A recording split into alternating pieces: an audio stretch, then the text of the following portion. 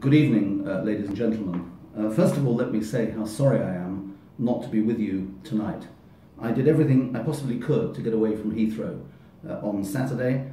My luggage is still missing, and I'm afraid I wasn't able to rebook in time. I always thought it was a good idea to be grounded as a human being, but I must say the experience at Heathrow last Saturday made me question that particular attribute. Now, what I've done, given that I can't be with you, is to prepare a text which you can obtain from Michael Lucas, if you would like to read it. I'm more than happy also, having missed the Q&As, to answer any questions that you might wish to send me by email. Having prepared a text, it will be slightly more formal than would have been the case if I had an audience in front of me rather than a camera. But I will try to break off from time to time to make more impromptu points. So what are we all here, me not quite there, to talk about? Is it Brexit, specifically perhaps the recent high-profile Miller case in the United Kingdom Supreme Court? Is it presidential executive orders, including possibly other concerns about the recent use of presidential power in the United States? Or is it about making the executive more accountable? I wonder if it isn't perhaps about something even wider. Like democracy, the rule of law is the comforting sounding concept. We feel safer in a country like Canada, like the United States, like the United Kingdom, where these axioms are taken for granted. As Euclid observed, you cannot question an axiom. Or, as the British comedian Eric Morecambe used to quip, you can't say more than that. But what do we mean when we talk about the rule of law? We may all talk about the same thing, but have we yet agreed what it is we're talking about? Can the rule of law, like the famous scientific observer effect doctrine, change in the eye of the beholder? I think it can.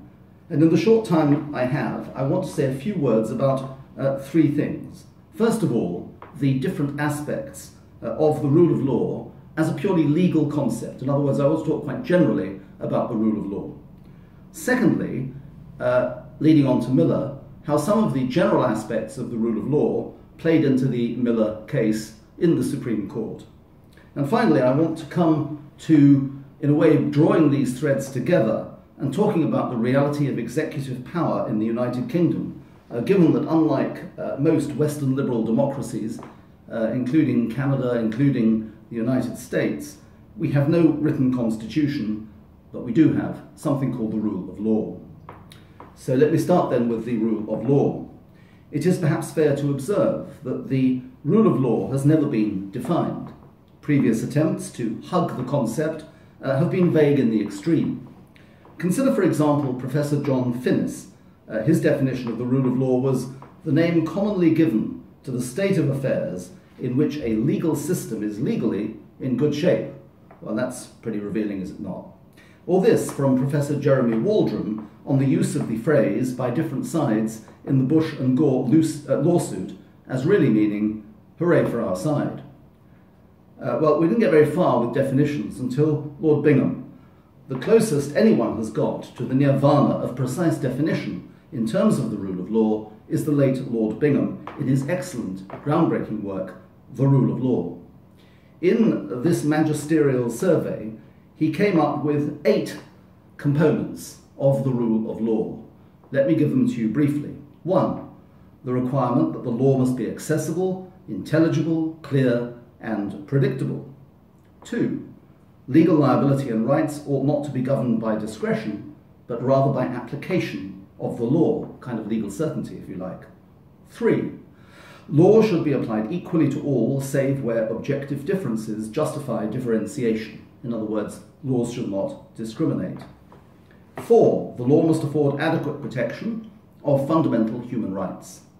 5, legal disputes must be capable of being resolved without prohibitive cost or ordinate delay, if you like, access to justice. 6, powers must be exercised reasonably, in good faith, and within the limits of the power. In other words, rational exercise of power subject to judicial review. And finally, adjudicative procedures provided by the state should be fair. Lastly, 8, the state must comply with its obligations under international law. Now, my purpose in outlining Lord Bingham's template in this way is not to question his wisdom or his choices, but rather to make 3 points. First, I suggest that his selection contains a necessary assumption or premise as to what the rule of law may legitimately comprise within its content. Secondly, I suggest that even if Lord Bingham's content were to be agreed by everybody, its application would still raise important issues. Thirdly, and leading on from this, a subject I will leave to part 3 of this talk, I suggest that the rule of law is ultimately reducible to a power concept, and that its real significance and function is to act as a curb on uncontrolled executive power. Now, it seems to me that Lord Bingham's chosen categories assume not merely a thin idea of the rule of law, but also a thick idea of what it contains.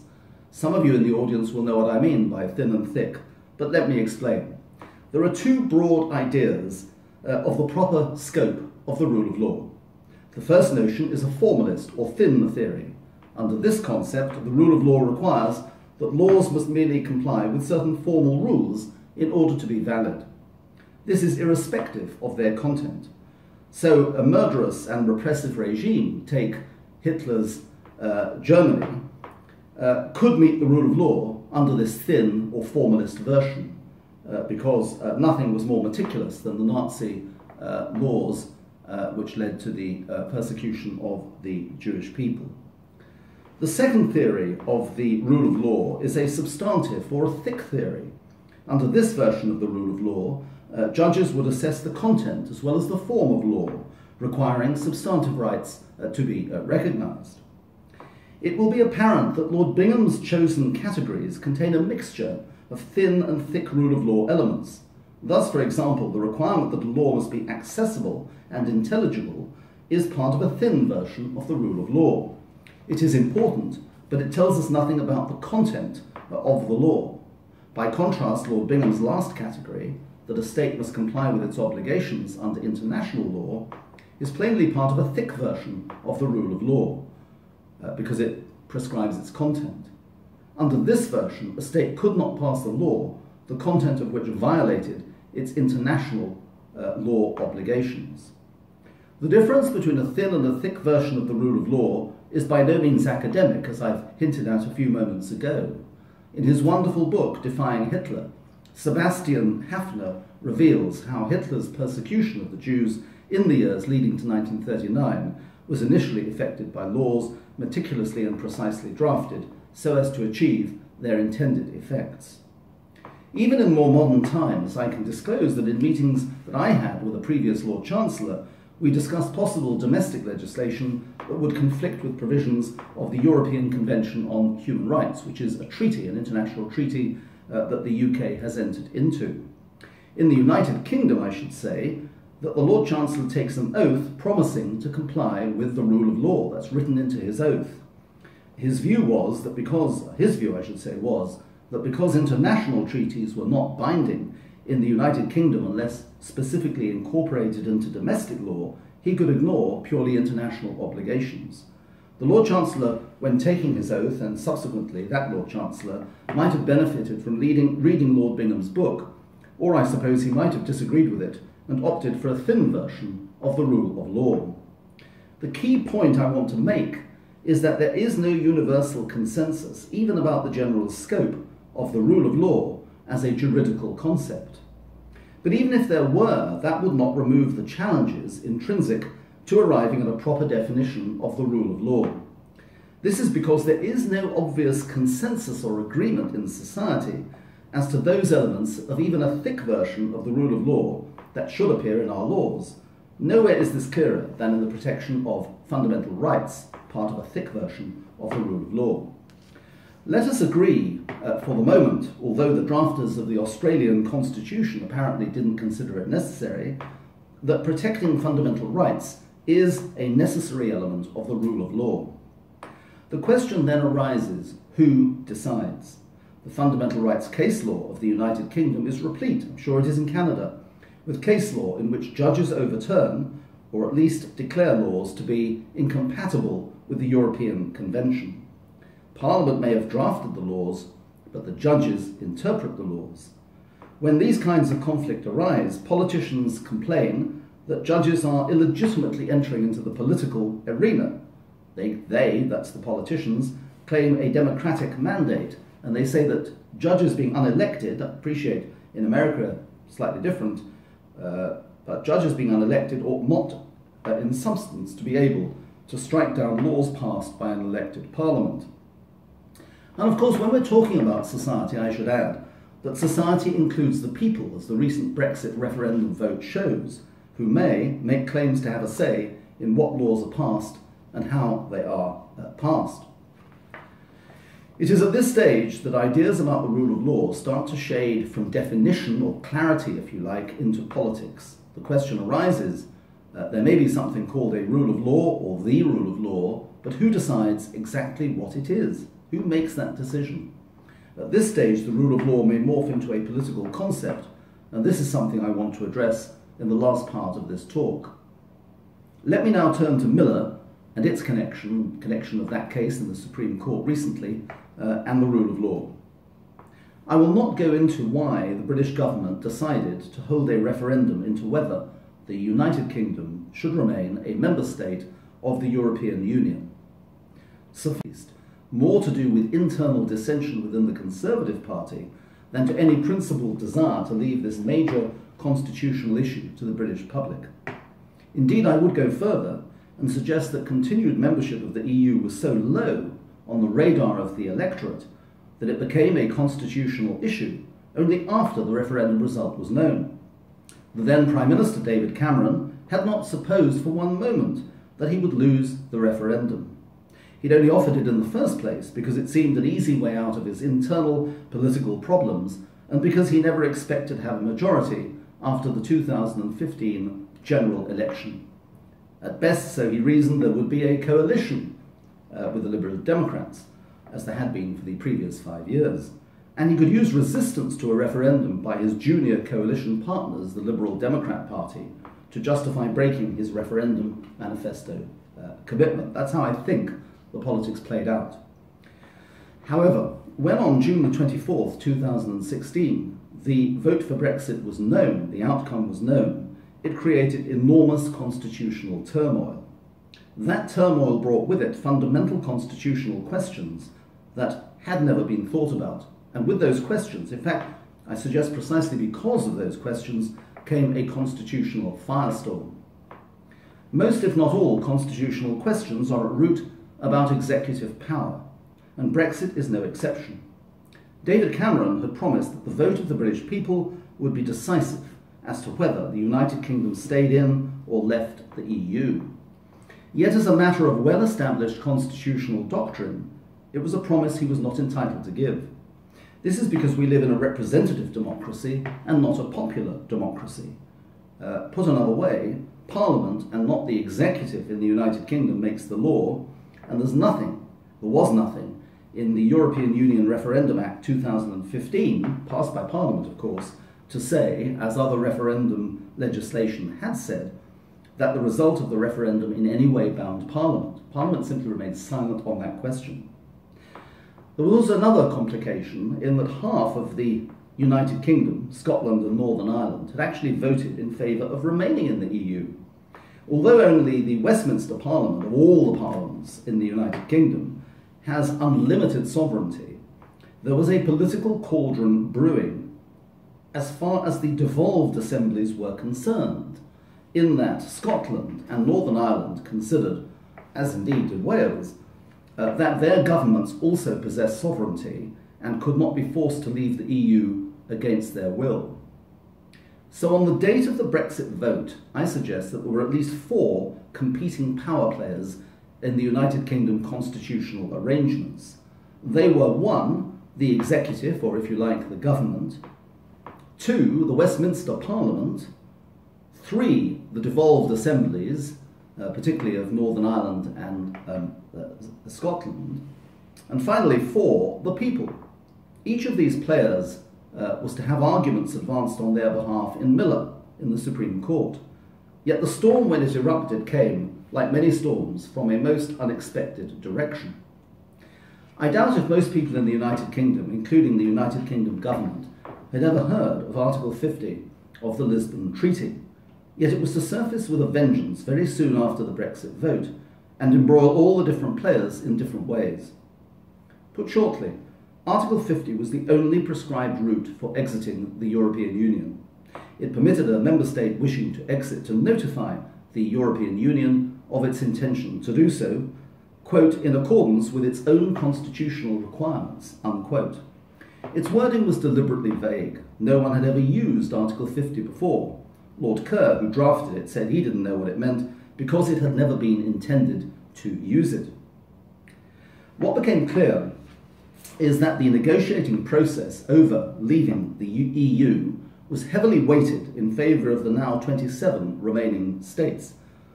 But that was down the line, because what was also unclear was who triggered Article 50 and whether or not the process could be stopped once begun.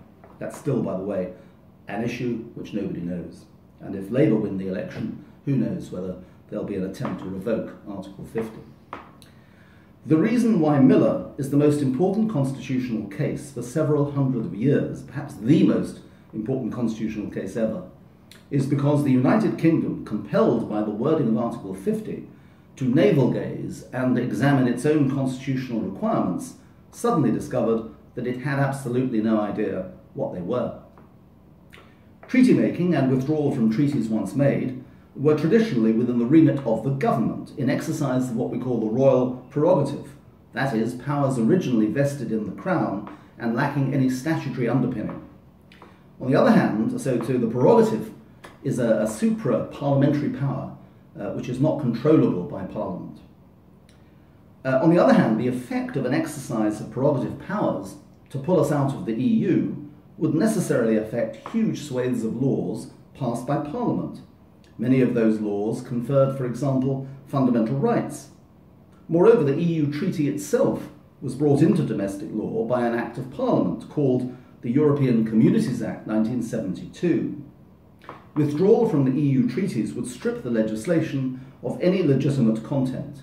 The devolution legislation giving devolved powers to Northern Ireland, Scotland and Wales was also predicated on the 1972 Act remaining in force. If you look at the devolution legislation, you can see it hinges on, in part at least, on being a member of the EU, and the devolved assemblies have to legislate in accordance with European Union law and indeed fundamental rights law.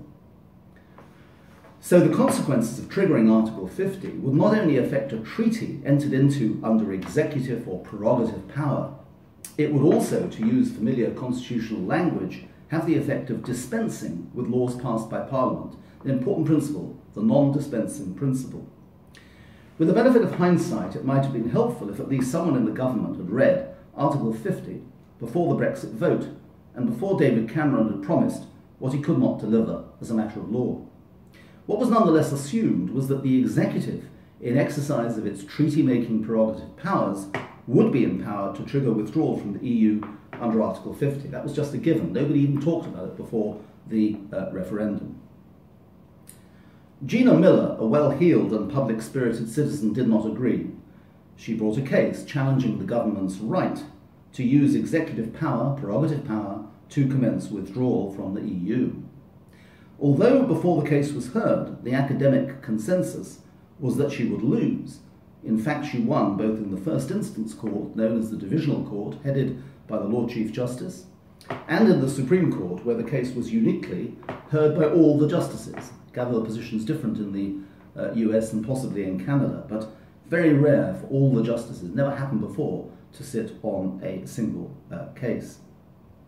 Now, it's beyond the scope of my talk to go into the detail of all the judgments in the Supreme Court. My purpose is rather to relate the decision to our central subject, to the rule of law and the use of executive power. On one level, Miller may be seen as the rule of law in action. After all, the courts placed a curb on executive power by insisting that the executive, the government, seek legislative authority from Parliament to trigger Article 50. In a very loose sense, that is consistent with the rule of law as relied on throughout the centuries in cases such as Entick and Carrington, in which Lord Camden made it clear not even the King could cause a search and seizure warrant to be issued in the absence of statutory law. As he observed, quote, "If this is law, it would be found in our books, but no such law ever existed in this country. Our law holds the property of man so sacred that no man can set upon his neighbour's close without his leave," unquote. Yet in my view, it would be erroneous to view Miller as falling naturally into this category of case. In Miller, the Supreme Court did not in fact claim to be curbing executive power, but rather to be clarifying, and it has to be said, in my view at least not very clearly, some constitutional fundamentals. The Supreme Court divided 8-3 in favour of upholding the lower court's verdict, but it did so on a rather strange basis. I was instructed in Miller, by the way, on the government of Wales, and the way I wanted to run the case, and did run the case, was to press arguments based upon what I mentioned a few moments ago, the non-dispensing principle laid down in the 17th century proclamations case. And if you're looking for a case to rival Miller in terms of the most important constitutional case ever in the United Kingdom, it would be the proclamations case. So in the proclamations case, Sir Edward Coke, spelled C-O-K-E, we always pronounce words in English different from how they sound, not Coke but Cook. There Sir Edward Coke held that, quote, "The King by his proclamation or other ways cannot change any part of the common law or statute law or the customs of the realm," unquote. The principle also appears, the non-dispensing principle, in the Bill of Rights, 1688. Let me quote, "The Lords, spiritual and temporal and commons declare that the pretended power of dispensing with laws or the execution of laws by regal authorities, as it hath been assumed and exercised of late, is illegal." And as Eric Morecambe would have said, as I said earlier, you can't say more than that. However, unlike the lower court, the majority judgment in the Supreme Court, and indeed the minority judgment too, did not found its reasoning on this ancient constitutional principle of non-dispensing. Instead, the President, Lord Newburgh, who gave the one judgment with which 7 other justices agreed, implicitly suggested that the issues in Miller were unique, concerned as they were with withdrawal from the EU. The majority reasoning relied on a wholly new point not raised by any of the parties before the court, which is that EU law is a source of United Kingdom law. This conclusion was reached despite the fact that the majority also considered that the rule of recognition, that's the fundamental rule by which all other rules and laws are validated, and which only recognise statute and the common law as the source of UK law, recognition remained unchanged. The rule of recognition remained unchanged by EU membership. So there's a tension, if you like, in the court saying at one and the same time, EU law is a unique source of UK law. On the other hand, the only source of UK law is statute law and common law. So I think the majority was compelled by the internal tensions in its own reasoning, which I've just referred to say that, quote, "in one sense," unquote, UK law in the form of the European Communities Act 1972, quote, "is the source of EU law," unquote, because, quote, "without that act, EU law would have no domestic status," unquote. Yet so the reasoning proceeded that this was inadequately realistic, and the court preferred the view that it is the institutions of the EU which are the relevant source of UK law. The minority reasoning, headed by Lord Reid, so that's the gang of 3, reached a correct conclusion as far as source of law was concerned, in my view at least, ruling that only the 1972 Act could be the relevant source of domestic law. And then what he did was to interpret the 1972 Act as encompassing withdrawal from the EU, and he found that whilst withdrawal from the EU altered its application, it was not inconsistent with it. So you probably can see that I agree with the outcome of Miller because of the non-dispensing principle, but I think that the logic of the minority on on the underpinning of what the majority thought, the logic of the minority is actually more correct. Now, in my view, it would have been sensible and possible for the Supreme Court to have dismissed the government's appeal by reference to fundamental constitutional principle, the non-dispensing principle, which would then have made Miller the modern equivalent of the Proclamations case and would have guaranteed its legacy to history. That it chose not to do so is interesting in itself and relevant in part to what I now want to say in conclusion about the rule of law as a power concept. So I'm moving to the last part of the talk, the reality of executive power in the United Kingdom. We have seen how the rule of law as a concept lacks clear legal definition. I think the only United Kingdom Act of Parliament to refer to it by name is the Constitutional Reform Act 2005, which by Section 1 provides that nothing in the Act shall adversely affect the existing constitutional principle of the rule of law or the Lord Chancellor's existing constitutional role in relation to that principle. However, nothing in that or any other act seeks to define what is meant by the rule of law. I have identified two possible meanings. One, though its content may not be agreed, is the scope of certain procedural and/or substantive requirements of legislation. The second, and I've only really hinted at it up to now, is that the rule of law operates as a political or power concept. I think that many of our legal and constitutional axioms start to dissolve when you probe their logic and their history. The Crown held power for many years in England by virtue of a doctrine called the divine right of kings. This was used to justify absolute royal power. But when Parliament gained control over the Crown, it became necessary to fashion a new theory, and so was born the doctrine of parliamentary sovereignty, which, in its modern incarnation, by the Victorian jurist A.V. Dicey, came to mean that Parliament can make and unmake any laws whatsoever. So Parliament's the top, if you like, it's the boss, the head honcho, and that's quite recent, that's A.V. Dicey. These doctrines are what I term, that's to say, sovereignty, divine right of kings, and rule of law. These doctrines are what I term power-sustaining devices and are deployed to justify claims to ultimate constitutional authority. I suggest, though I've not heard it stated, that the power-sustaining device for the judges in modern times is the doctrine of the rule of law. Like the divine right of kings, like parliamentary authority, it has no clear provenance or consensual definition, but repeated claims to it as an authoritative concept give it a legitimacy which stakes the judge's claim to constitutional supremacy. After all, if a law fails the test of conformity with the rule of law, it will be the judges that make that decision, and through it gain constitutional recognition as a higher source of authority than the executive. At the same time, the ultimate current constitutional authority in the United Kingdom is Parliament. The judges interpret the law, but Parliament is sovereign. Or is it? Relatively recently, the idea has been advanced that parliamentary sovereignty is but a construct of the common law, and the assertion implicitly made by the judges that if Parliament were to legislate contrary to the rule of law, the judges could and would intervene to preserve the rule of law. Consider, for example, Lord Steyne in the Parliament Act case in 2005, and I'll read what he said. The classic account given by Dicey of the doctrine of the supremacy of Parliament, pure and absolute as it was, can now be seen to be out of place in the modern United Kingdom. Nevertheless, the supremacy is still the general principle of our Constitution. It is a construct of the common law. The judges created this principle.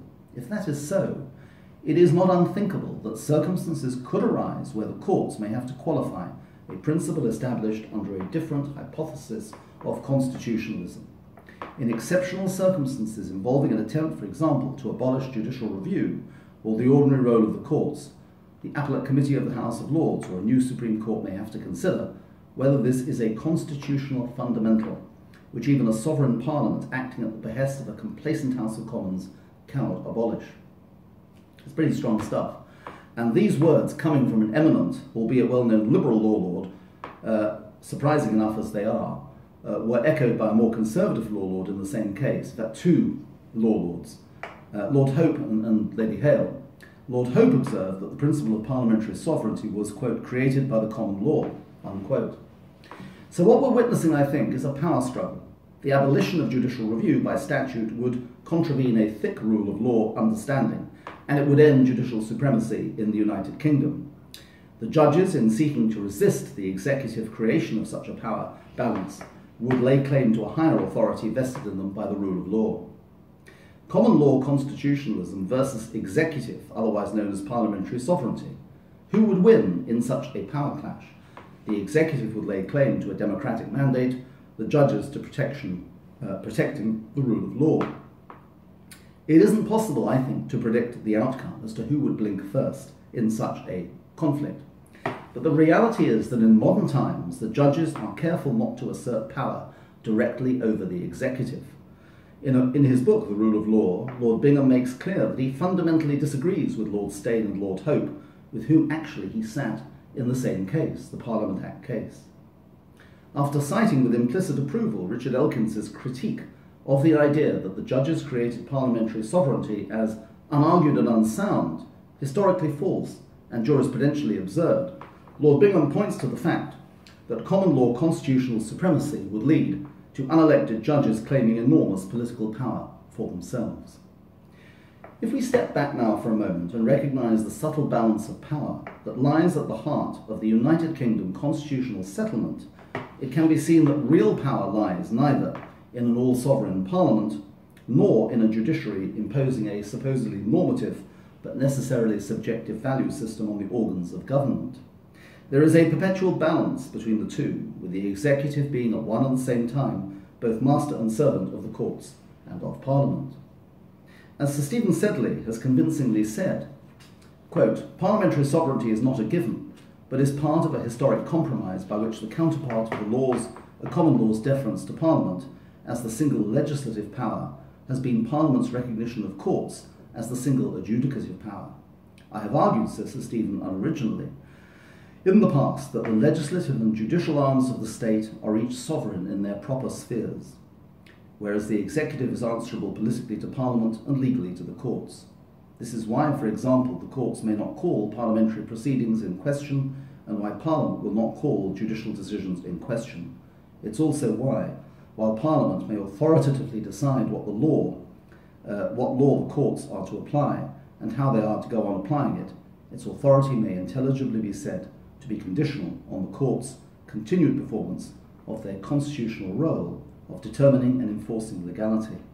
Laws without courts are as mischievous as courts without laws," unquote. Although therefore we think in the United Kingdom of Parliament as the driving force of our informal constitutional arrangements, and within Parliament as the government as the true master, this is a misleading picture. None of the players in the United Kingdom Constitution can afford to play their trump cards too often. But where a trump card falls to be played, it will, according to who is playing it, be that of parliamentary sovereignty, Parliament's trump card, that of possessing a democratic mandate, the government's trump card, or that of the rule of law, the judge's trump card. This brings me back finally to Miller. This was a case where any or all of our main constitutional players might have asserted superiority over the other. Lurking in the background too, and sometimes in the foreground, were the people. The silent majority who believed in Cameron's empty promises, and who, so unused to really being listened to, imagined they had a legal entitlement to see their Brexit wishes fulfilled at the earliest possible time. Yet there were so many tensions over the politics of Brexit that in fact no one voice claimed to have the ultimate power. The people had been allowed to vote, and for once, a pattern soon to be repeated in the United States, they had voted against the Liberal establishment. Few MPs, few members of Parliament wanted Brexit, yet if they were not to betray the rash promises they'd given before the referendum, it was now the people who called the shots. Even strong Remainers, those who wanted to stay in the EU, accepted there was no going back. Any reneging on the decisiveness of the vote would, I'm sure, have led to civil war. In that potential cauldron, as I see it, nothing in Miller touched directly on the rule of law. In such an uncertain climate, it was hardly the time to bang the drum of constitutional fundamentals. Yet once one understands the balance of power described so graphically by Sir Stephen Sedley, and the need to retain that balance of power, with none of the players directly questioning the other's authority, unless their own constitutional power is directly threatened, it can be seen perhaps that deep at the heart of Miller, the United Kingdom courts were placing indirect reliance on the rule of law in its silent and tactful demonstration that only after careful judicial analysis of the law would the executive know whether and how it was entitled to act. If the executive had triggered Article 50 in defiance of the courts, there would have been a constitutional crisis. But if the courts had, as a matter of general principle, driven a hole in the government's power to make and unmake treaties, so too there would have been a constitutional crisis. Dubbed the judges in the Divisional Court enemies of the people for frustrating the immediate triggering of Article 50 by the government without waiting for Parliament. In deciding Miller as it did, the Supreme Court implicitly recognised that the different vested interests in the outcome would mean that this was no time for false heroics. The Supreme Court played it safe and determined the issues on an extremely narrow basis, creating no wider constitutional precedent for the future. In the end, the court's verdict was recognised and followed. That in itself may be regarded as a triumph for the rule of law, which is at its most effective when it does not need to shout its identity from the rooftops. Thank you very much, and I hope you have an excellent debate on this very important subject. Thank you.